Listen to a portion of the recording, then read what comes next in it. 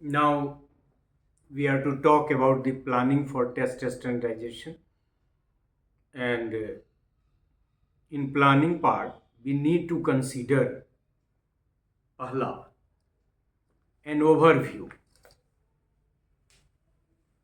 इसको वैसे तो डिटेल में है, लेकिन लिखेंगे an overview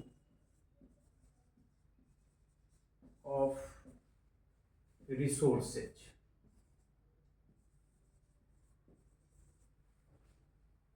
जिसमें textbook, reference book, journals, test manuals, old questions, other reports etcetera. मतलब पहला काम ही हम लोग ये करेंगे कि डिफरेंट सोर्सेज से वह ज्ञान प्राप्त करेंगे जिस ज्ञान की मदद से हम टेस्ट को तैयार करने वाले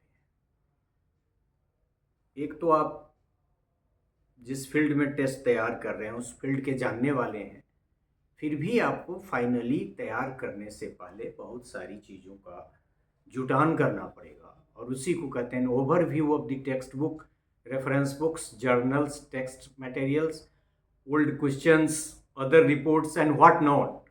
सब करके आपने वो मटेरियल कलेक्ट किया।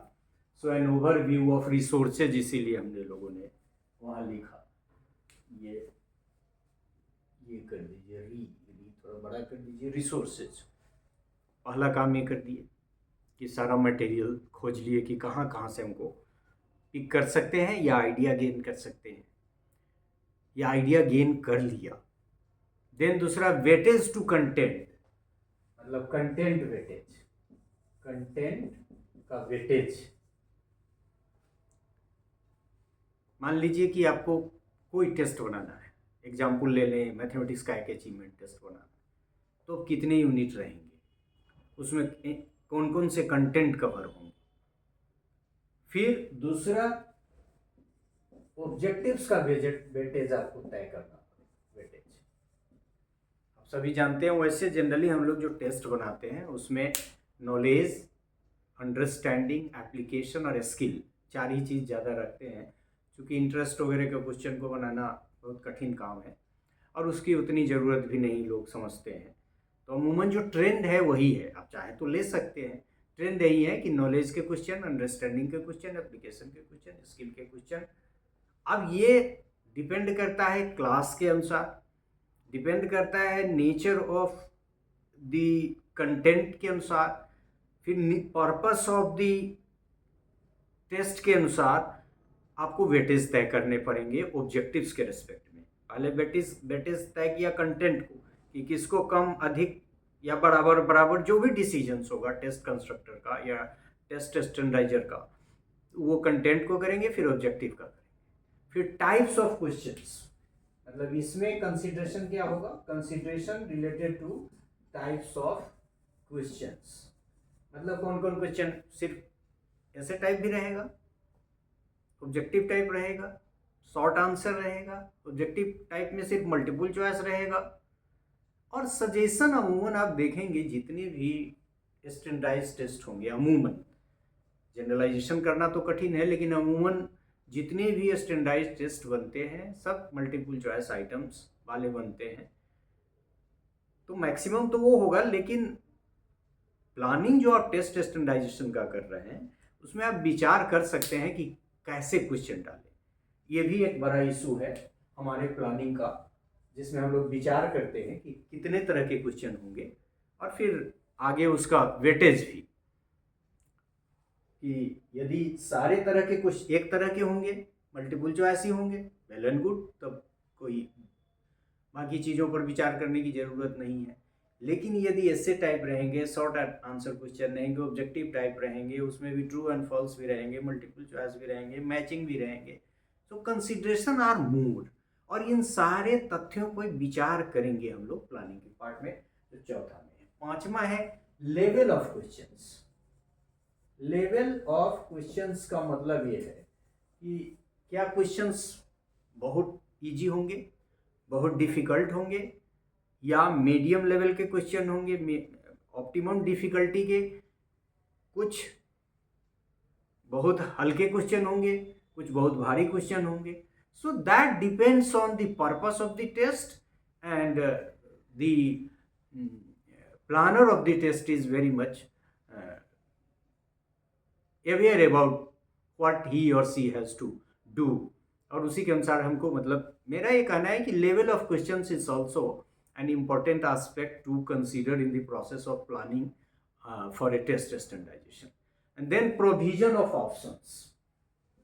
और ये ऑप्शंस, एक तो ऑप्शंस आप वहाँ मल्टीपल चॉइस में प्रोविजन ऑफ ऑप्शंस, एक तो आप कहेंगे कि 4 ऑप्शंस वाला, और दूसरा ये भी है कि आप देखते हैं और करके भी देते हैं, 5 क्वेश्चन में से आप ये ऑप्शन देते हैं कि इसमें से 3 ही करना है। सो ऑप्शन का ये मतलब हुआ। फिर एक और कंसिडरेशन होगा आपका कि टोटल मार्क्स, आपका टोटल मार्क्स कितना होगा। जैसे आप वेटेज वहाँ डिसाइड कर लिए, वो ऑब्जेक्टिव का इतना होगा, सब्जेक्टिव का इतना होगा, शॉर्ट आंसर का इतना होगा। मैथमेटिक्स वगैरह का देखते हैं, जो बोर्ड की परीक्षाएं होती हैं मैथमेटिक्स के बच्चों की, सीबीएसई वगैरह की भी, तो उसमें देखते हैं कि कई तरह के मैथमेटिक्स के क्वेश्चन में, यह एक मैथमेटिक्स का है, वैसा ही पॉलिटिकल साइंस का भी है, कुछ मल्टीपल भी है, कुछ शॉर्ट भी है, कुछ लॉन्ग भी है। So that test consider the different parts. So total marks मतलब मार्क्स पार्ट, बड़ा वाला पार्ट में मार्क्स, बड़ा से थोड़ा छोटा वाला पार्ट में, उससे भी थोड़ा छोटा वाला पार्ट में, और फिर मल्टीपल चॉइस या ऑब्जेक्टिव आइटम्स में। So that we have to also consider at this juncture as well in the process of planning for test standardisation. And then time, ये तो इम्पोर्टेंट फैक्टर है, टाइम की, time आपको कितना देना है, मतलब टोटल टाइम कितना रहेगा टेस्ट जिसमें कंप्लीट हो जाए।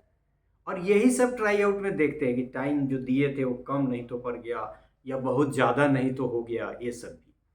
और फिर एक हमने शुरू में कहा, और अमूमन जो प्लानिंग है उसको हम लोग रिप्रेजेंट करते हैं टेबल बना के, टेबल ऑफ स्पेसिफिकेशन, उसको हम लोग कहते हैं क्या, ब्लूप्रिंट।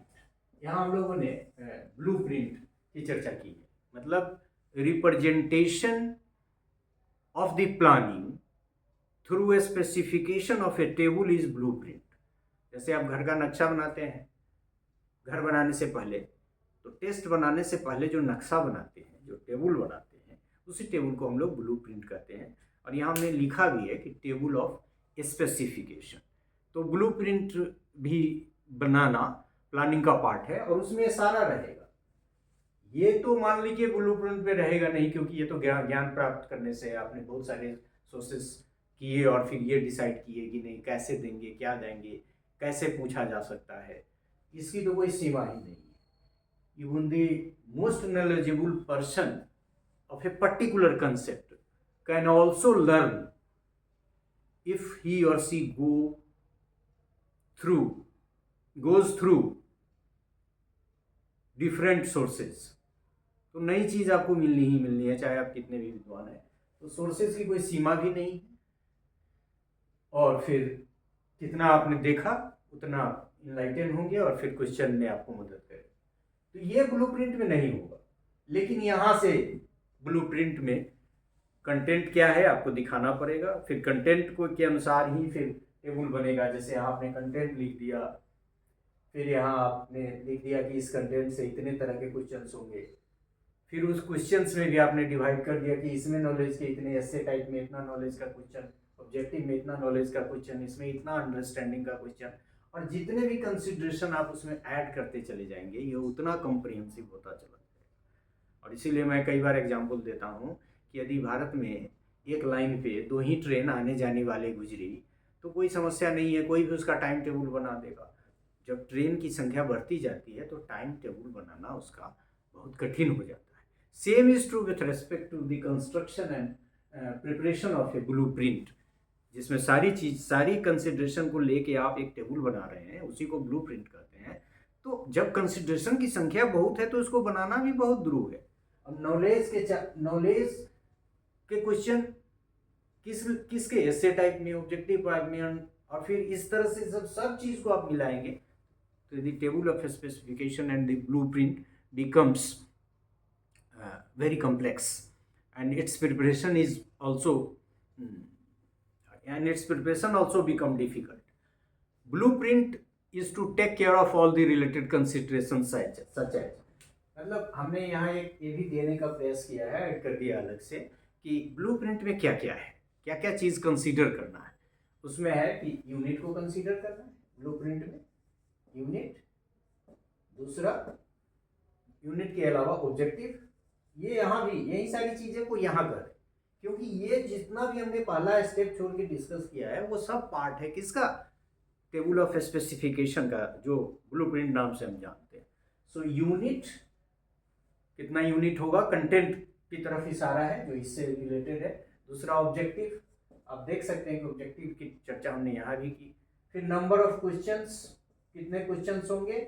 ऑब्वियस है जब नंबर ऑफ क्वेश्चंस की बात करेंगे तो टाइप्स की भी बात होगी, लेकिन अमूमन हमने ये कहा कि जब भी हम टेस्ट स्टैंडर्डाइज करते हैं तो मैक्सिमम टाइम जो क्वेश्चंस लेते हैं वो मल्टीपल चॉइस ऑब्जेक्टिव आइटम्स ही होते हैं। और फिर weightage, weightage of what, questions के वेटेज, ऑब्जेक्टिव्स के वेटेज एंड लाइक दैट। और अंत में यहाँ हमने 5वें पे लिखा है एंड व्हाट नॉट, क्योंकि हमने आपको कहा कि ब्लूप्रिंट में जितने भी आप कंसीडरेशन लेंगे टेस्ट आपका उतना कॉम्प्रिहेंसिव होगा, और वो कितना कॉम्प्रिहेंसिव होगा इसकी कोई सीमा नहीं। और जब इसकी कोई सीमा नहीं है इसीलिए हमने लिखा कि इन सारे कंसीडरेशन के अलावा जब हम ब्लूप्रिंट बनाएंगे तो ये नहीं कह सकते हैं कि इतने ही फैक्टर ब्लूप्रिंट में होते हैं या हो सकते हैं। So it's comprehensive in parameters as comprehensive the test we are constructing, और लेटर उसको हम लोग स्टैंडर्डाइज भी करते हैं। So in this way we could learn that the planning for the test standardization, एक तो पूरी तैयारी, किताब देख के प्लान करेंगे क्योंकि कुछ बेस हमको चाहिए, कितने भी हम ज्ञानी हों लेकिन कुछ टेक्स्ट में जब हम झांकेंगे तो हमको इनलाइटन होंगे ज़्यादा।